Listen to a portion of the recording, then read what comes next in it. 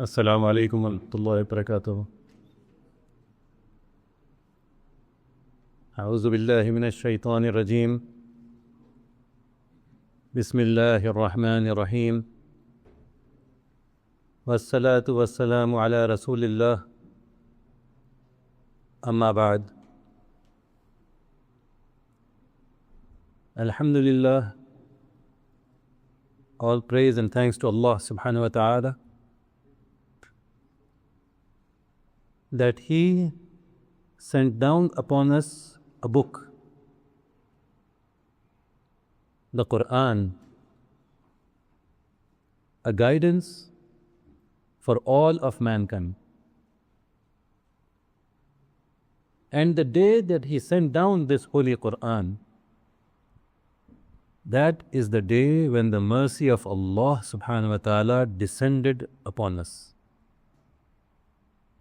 The mercy of Allah subhanahu wa ta'ala, it descended upon us on the day that the Quran came down.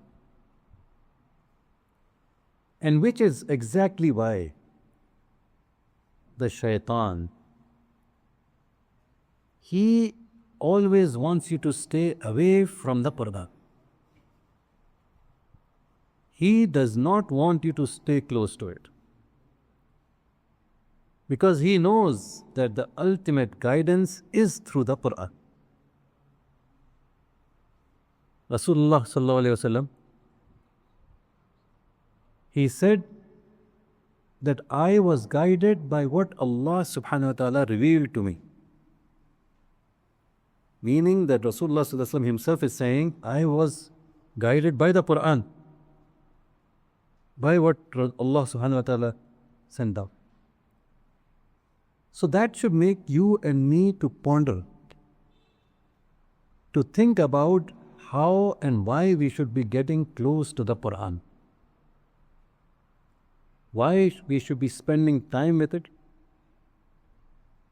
Why we should be trying to understand it better. Why we should be constantly thinking about what we are reading in the Holy Quran. In Surah Araf, Allah subhanahu wa ta'ala, He tells us what happened at the time of the creation of Adam alayhi salam. Right at the beginning of the creation of mankind. And He tells you exactly the story that took place between Adam alayhi salam and Iblis, Shaitan. The beginning of it all. What happened between Iblis and Adam alayhi salam? Right at the beginning. When Allah subhanahu wa ta'ala creates the first man. And Allah subhanahu wa ta'ala says that it is from His mercy that we were established on this earth. Now some people have a tendency to say these things, If only Adam alayhi salam did not have that fruit, we would all have been in heaven. Why come down to earth? If only he did this. But this is by the will of Allah. This was bound to happen. So you cannot comment on what is the will of Allah. You cannot joke about it in this manner. We are where we are. And Allah is saying that even establishing you on the face of this earth is a mercy from Allah subhanahu wa ta'ala. Establishing us on the earth is from His mercy. And He says, Alam naj'alil arda mihada. Alam naj'alil arda mihada. Did we not make for you this earth like a cradle? A baby, when it is put in a cradle, it is calm, supposed to be giving a sound sleep to it. That is the concept of a cradle. And that is the word that Allah subhanahu wa ta'ala is using here. That we made the earth like a cradle for you, like a peaceful place for you. If Allah subhanahu wa ta'ala will, He could have made the whole earth a rough terrain. If he wanted, he could have made it a very, very hot place, much closer to the sun. He could have made it a very, very cold place all across the earth. But it is from his hikmah that parts of it are in such way that human beings can get established in it. That you and I can live in it peacefully. Here we are, staying in it peacefully. And then Allah says that He put things into this earth that will help you live in it. The food that we eat, the water that we drink,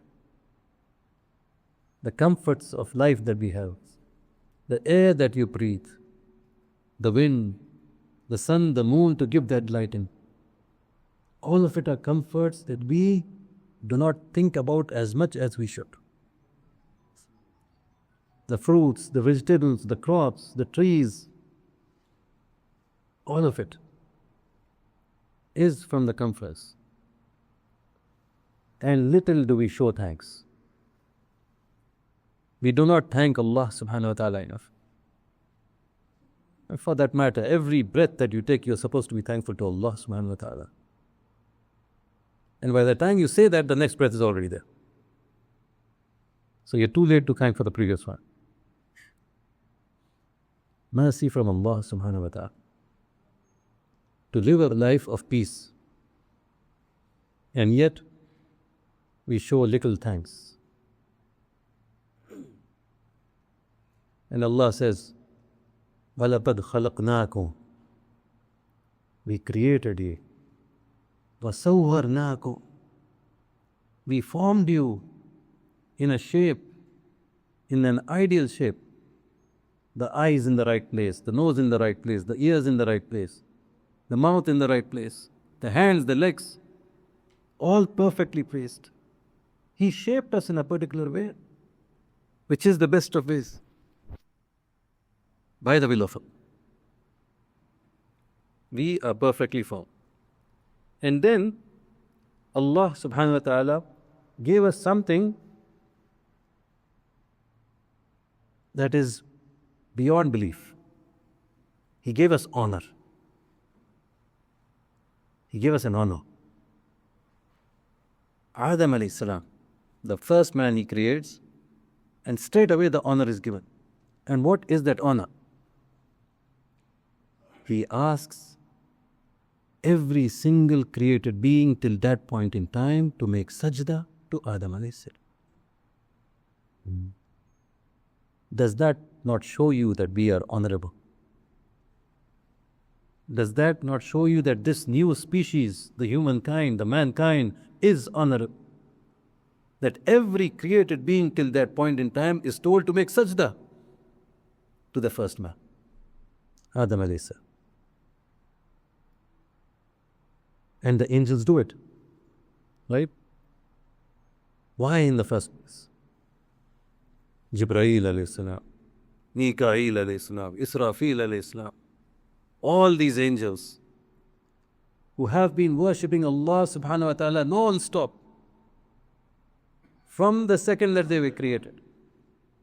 Non-stop, no rest, obeying Allah subhanahu wa ta'ala constantly. Creatures that do not disobey Allah subhanahu wa ta'ala at all. And these creatures are being told, make sajda to Adam alayhi salam. What is so special about us? What was so special about this new creation of Allah subhanahu wa ta'ala? Why is it being called the best of creations? What is it about us? Why this honor? And the scholars give us two reasons for this one. Two reasons that this mankind, this species, has been given this honor. And the first of those reasons is because Allah subhanahu wa ta'ala Himself blew the soul into Adam alayhi salam. The ruh, it came directly from Allah subhanahu wa ta'ala. directly from Allah subhanahu wa ta'ala. This ruh, this soul is what gives us honor, my dear brothers and sisters. The soul in us, the ruh in us is what gives us honor. And yet, look how much we take care of our bodies. It's not the body that gives us honor, it's the ruh. And we are a combination of the two, right? But look how much mankind takes care of their bodies. Right? Some of us are very careful about what we eat. Some of us are spending a lot of time in the gyms. Some of us are going to great lengths, going to specialized clinics to put maybe hair on the head. Some go for some kind of plastic surgery to modify something. Right? We all go to different hospitals. If you fall sick, you want to make sure that you're perfect. That body needs to be perfect. You don't want to feel any pain in that body. Look at how much we care about these bodies. What about that ruh? What about that soul, which also has its own needs? And the greatest of the needs of the soul is to worship Allah subhanahu wa ta'ala. The greatest need of the soul. Your ruh wants to pray. Your ruh wants to fast. Your ruh wants to recite the Quran. How much are we looking after this soul? How much are we looking after it? As much as our bodies? How many of us? So that's the question that you need to ask. Even for the bodies, even the questions that are posed to the scholars these days, you look at them, people are concerned about their bodies because of which the questions come out. The questions these days are, can I wear a chain? Can I wear a ring of this color? It suits me. I want to beautify myself. Can I get a piercing here, there, wherever? These are the questions for the scholars. Look at where we are going. Look at how much we are worried about our looks. How much time people are spending in front of the mirrors. And look at our pious predecessors. The Sahaba, the Tabi'een. They would travel for months to get to another scholar, to get to another Sahabi, to learn one hadith. To learn one hadith. Why? To feed that soul. To feed that soul. They were worried about that. They were not worried about months of traveling in that heat. My body has become black. No one was thinking about that. See where we have come to? All the luxuries of life, and we are thinking something else. There is a problem in us.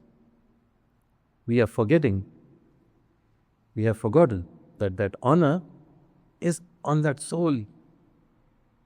Take care of it. So Allah subhanahu wa ta'ala asks all the angels to make sajda to Adam alayhi salam. And the second reason for that honor is because Allah subhanahu wa ta'ala created mankind with the ability to learn. The first honor is because Allah gave the soul himself. The second honor is because He created you with that capability to learn,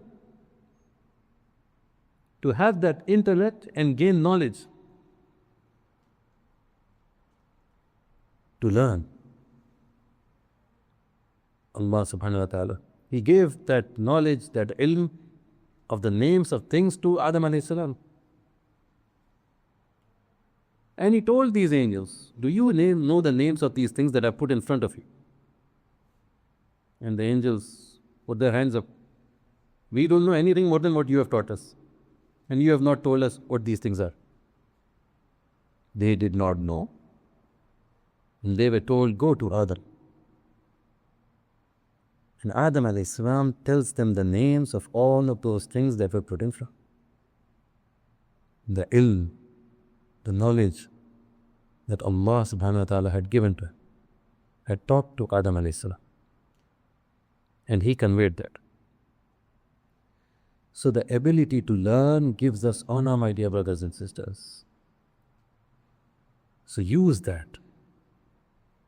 Learn knowledge that is useful. Knowledge that is going to get you your Jannah. You look at the lives of the prophets, the Sahaba.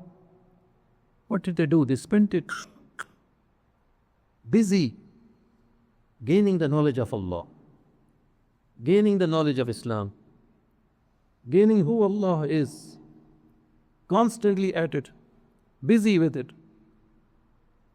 And what was the first word revealed to Rasulullah sallallahu alaihi wasallam? Iqra. Read.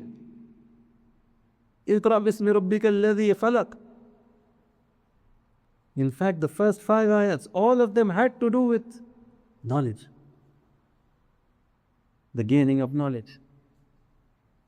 An unlettered prophet and gain knowledge. That is the first thing that was revealed. And we need to understand. We need to learn on the same lines. If we had to make a sajda, if we have to make a ruku, if we have to pray to Allah subhanahu wa ta'ala, you need knowledge. You need to know how to do it. You look at the young ones, the young children around here. They look at you of how you're praying and they adapt it. They adapt it. You look at a new convert. They are desperate to learn, how do I pray? I don't know. When he's first standing up for prayer, they're going to look around. What are these people doing? I need to follow it. The knowledge to do it. The importance to gain it. You need to learn. And that is the honor that we need to understand. The seeking of that knowledge is important for our own benefit. So when all the angels made sajda to Adam alayhi salam, you all know the story, Iblis does not make that sajda. He does not make that sajda. In fact, he refuses to make the sajda. And why is that? A created being of Allah who had worshipped Allah till that point in time, why does he suddenly refuse? It is because he was jealous. It is because of his arrogance. It is because that pride had finally come forth, which was in him. He could not stand the fact that a newly created thing, suddenly I have to make sajda to it. It is a lesson for us, my dear brothers and sisters. Jealousy is not from amongst us. He could not understand that an obedient jinn like me has to make sajda now. My honor is greater. Why should I do this? So he refuses. And Allah subhanahu wa ta'ala questions Iblis. Why did you not do the sajda the minute that I commanded you? The importance of obey Allah subhanahu wa ta'ala the moment the obligation is there. You need to do that. Allah subhanahu wa ta'ala is questioning Iblis before even giving the punishment to it. Even Iblis is being questioned. Why did you not make it as soon as I commanded you? And think about it. This questioning is not just for Iblis. It is for every single human being. Every time we don't get up as soon as the prayer call is made, why did you not get up the minute it was commanded? Why did you not go for salah the minute it was commanded? It is a question for each and every one of us who does not follow the obligations of Allah subhanahu wa ta'ala. Think about it, my dear brothers and sisters. We cannot neglect the obligations of Allah. Not for a second, not for a minute, not for a day's delay. Because doing so, delaying the obligations of Allah is itself a crime. Is a crime for us because we have been created by Him. So you cannot fall for that. And this Iblis, look at him. I mean, he is literally a low life, for lack of a better word. A low life. He's asked, why did you not do it? And what does he say? قَالَ أَنَا خَيْرٌ مِّنْهُ. I am better than him. What makes him think that he's better? What makes him think that he's better than Adam alayhi salam? Why are you better? Allah is asking. And then he says, خَلَقْتَنِي مِن نَارٍ وَخَلَقْتُهُ مِن طِينٍ. You created me with fire and you created him with clay. In his mind, he's already thinking that fire is better than a clay. But think about it. That analogy itself is wrong. Clay is in fact better. Clay helps you to grow crops. It helps you with vegetation, fruits, all peaceful things or created things. While fire, it is known for destruction. It destroys. What is good about it? So in comparison, if you think, clay is better. It is productive, not fire. So even Iblis's analogy was wrong. But he kept saying, أَنَا خَيْرٌ مِّنْهُ. I am better than. How many of us are like that? How many of mankind look towards another brother or a sister and are thinking or saying, أَنَا خَيْرٌ مِّنْهُ. How many of us are saying that? أَنَا خَيْرٌ مِّنْهُ. Is that the thought coming to your mind? أَنَا خَيْرٌ مِّنْهُ.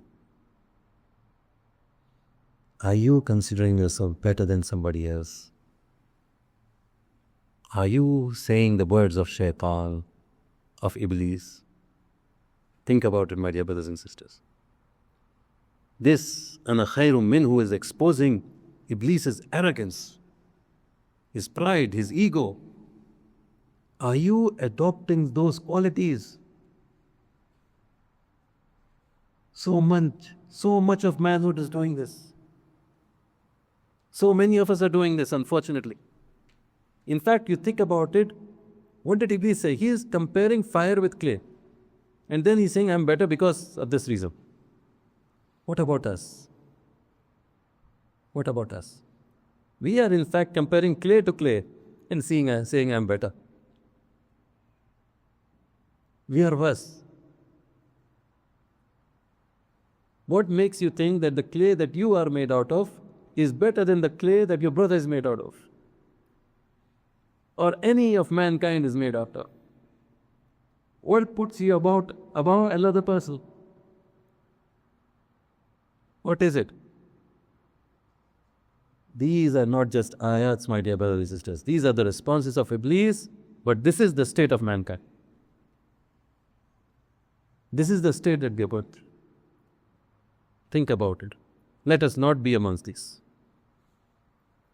So Iblis thinks that he is better than us. But yet he says something. Think about the statement again. خَلَقْتَنِي مِن نَارٍ. He is accepting that Allah subhanahu wa ta'ala created him. He is accepting that Allah subhanahu wa ta'ala created him. So he has no problem in believing in Tawheed al-Rububiyyah, that Allah is the supreme creator. And if you think about it, majority of mankind, it is easy to convince that there is one creator. Majority people do not have a problem with this side of Tawheed al-Rububiyyah. It is the next step where the problem comes in. It is when you have to follow the commands of Allah. It is when you have to follow the obligations of Allah. It is when you have to suddenly obey Allah. It is when suddenly you have to worship Allah alone. That is when mankind starts hesitating. That is what Iblis did as well. When he had to start obeying obligations, Allah made an order, do the sajda. No, I don't want to. Right? That's where it came in. Tawheed al-Uluhiyyah is the problem. So we must be careful about this. We must be careful about adopting the qualities of Iblis. We must follow the qualities of our father Adam alayhi salam. We cannot let go of that. Iblis, as he says those words, as he says that خَلَقْنَنِي مِن نَارٍ وَخَلَقْتَهُ مِن طِينٍ, Allah subhanahu wa ta'ala responds, فَهْبِثْ مِنَّا, get out from here. Leave this place. You don't deserve to be here. Descend from here. Allah has thrown Iblis out. And he continues, he says, this place is not for one who is arrogant or has pride. So look into your hearts. If there is even an element of pride, an element of arrogance, then remember what Rasulullah sallallahu alaihi wasallam said. If you have a bit of pride also, you will not be in paradise. You will not be in paradise. Paradise is a place for some like the angels. Rasulullah sallallahu alaihi wasallam, he describes Jibreel alayhi salam, when Jibreel alayhi salam is going with him in Al-Isra wal-Mi'raj. As they are rising up, getting closer to Allah, Rasulullah sallallahu alaihi wasallam describes that he says, I was looking at Jibreel alayhi salam, this massive, huge angel, the best of them. Somebody who, if a mankind had something like that, he would be full of pride. This Jibreel alayhi salam is going up with me, and as he's going up, he is becoming somebody like without a backbone. Min khashyatillah. Out of the fear of Allah, as he's getting closer to Allah, he is vibrating against. He's feeling the fear of Allah. This is Jibreel alayhi salam, the best of angels. And this is the kind of fear, this is the kind of angelic characteristics that if you have it, the consciousness of fear and fear of Allah, then you will be deserving of paradise. That is what we need to create within ourselves. That is the quality we need, not the qualities of Iblis, which Allah subhanahu wa ta'ala exposed. He's literally exposed his actual qualities. Years and years he's worshipping Allah. That jealousy and thing was there in there. And when the time came, Allah exposed it. Allah subhanahu wa ta'ala, He exposed it. This is the reality of this event. Are we amongst those who are going to continue to pray, be the masajids, but in the heart have that kind of jealousy, pride and arrogance? Let us be careful about that. Let us not be amongst those. The more arrogance that you have, the more you will turn away from the obligations of Allah subhanahu wa ta'ala as well. Slowly you will become someone who is humiliated. You will become somebody who is humiliated. At the end of the day, if you don't end up in paradise, if you don't get that Jannah, you are going to be humiliated. There is no other way. What does Iblis do at this point in time? He requests Allah subhanahu wa ta'ala, extend my life. And he asks for two things. He says, extend my life till the day of death. And the second thing he says, I want to have the opportunity to stop people and misguide them. He wants to do that. Two requests that he makes. Deceive all of mankind. Now a lot of people mistakenly say that Allah granted Iblis' wish. The reason why Iblis asked for this was because he wanted to avoid tasting death. And he knew from previous knowledge that if I survive till the day of judgment, I will not have to taste death. Because there is no death after day of death. So he plans it this way to ask Allah, extend me till then. But he doesn't know that his death is written by the will of Allah. When the time comes, he shall taste death. So Allah subhanahu wa ta'ala has just delayed his death to a time when it will be right, by his hikmah. But Iblis is in our paths. He is in our path to paradise. He is standing there and he is doing his utmost best to take as many of us with him towards the hellfire. And the weak amongst us shall fail. People who do not turn towards Allah subhanahu wa ta'ala shall fail. And that is also going to be by the qadr of Allah. But what do? We don't know what the future holds. We need to be firm on that siratul mustaqim. We need to hold on to this religion as much as we can in the best of ways. How do we go about doing that?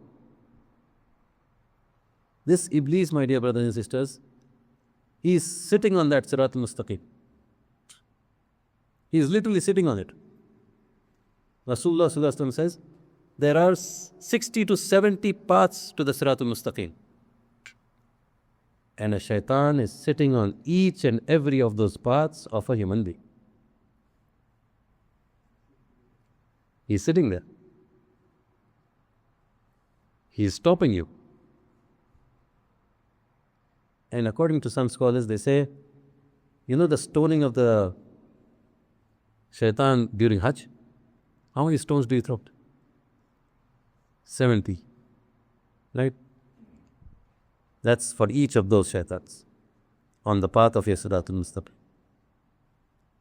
Interesting analogy. That's what it is for.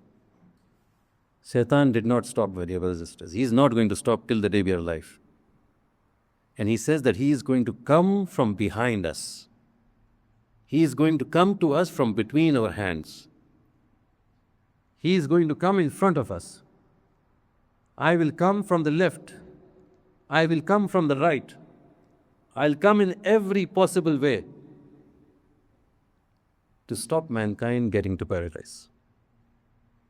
Ibn Abbas radiallahu anh, he describes what the situation is. And he says that Iblis, the shaitan, when it comes from front of you, it means that he is coming and he's creating doubts about Islam in front. When you start having doubts about, is there a paradise? Is there a hellfire? Is there an akhirah? Is there going to be resurrection? Is there Allah? All those doubts that come in, that is when he is coming from the front. That is the concept of it. And he says when he is coming from the behind, it means that he is pushing you from the behind towards the temptations of this dunya. Towards the desires of this dunya. Come on, go for it, go for it. That is when he is coming from the behind. When he is coming from the right, he's coming to stop you from doing the good things, the right things, the halal things. And when he is coming from the left, he's pushing you towards doing those sins, doing the haram, doing the negative things. So all around you, this Iblis is there, constantly there, trying to stop us from our Siratul Mustaqim. But Allah subhanahu wa ta'ala gives us the solution. A simple surah, the last surah of the Quran. Bismillah ar-Rahman ar-Rahim. Qul a'udhu bi rabbin nas, malikin nas, ilahil nas, min sharril waswasil khannas, alladhi yuwaswisu fi sudurin nas, min al-jinnati wan nas. The solution to your problem. How many of us recite the surah feeling the protection of Allah? When you recite it, do you feel the protection of Allah? How often do you recite it? Do you recite it when you get up? Do you recite it after every salah? Do you recite it before going to bed? Do you recite it when you maybe come out of your houses? Do you recite it when you feel troubled? Iblis is there. The warning is there. It's going to come from all sides. This is the protection. Go take it. Are we using it? Are we using it the way we're supposed to? And which is why Allah says mankind is ungrateful. He's given us ways to live. He's given us the protection that we need. But we are not using it. We are not using it enough. Brothers and sisters, if someone was to give you a big favor, huge favor, you needed some help, and they gave you that help, and you take that help, huge matter solved, what do you do? Would you just tell the man, thank you? Is it as simple as that? The tendency is that you will be very thankful, you'll be very grateful, you'll try to give back whatever. You might give a gift, you might say, I can't thank you enough. I want to do so many things for you that you got rid of such a big trouble for me. We make efforts when we are trying to be thankful to another human being. How much should we be thankful to Allah? How much shukr of Allah subhanahu wa ta'ala should we be doing? What has He not given us? Everything that we have is from Allah. Let us ponder about this, my dear brothers and sisters. May Allah subhanahu wa ta'ala make this journey easy for us. May He help us to understand the fitna that this shaitan, this Iblis is spreading in our lives. May He help us to understand the teachings of the Holy Quran. May He help us to turn towards Him in worship in the best of days. May He help us to understand and recite the Quran with meaning, with pondering, so that we get back our Siratul Mustaqim, so that we are on the right path again, so that we get to that Jannah, inshallah, so that the angels are telling us of that good news when on the day that we die, so that we get that paradise, the Rasulullah sallallahu alaihi wasallam and the Sahaba and the best of mankind, and we kept their company, inshallah. Wa akhiru da'wana anil hamdulillahi rabbil alameen.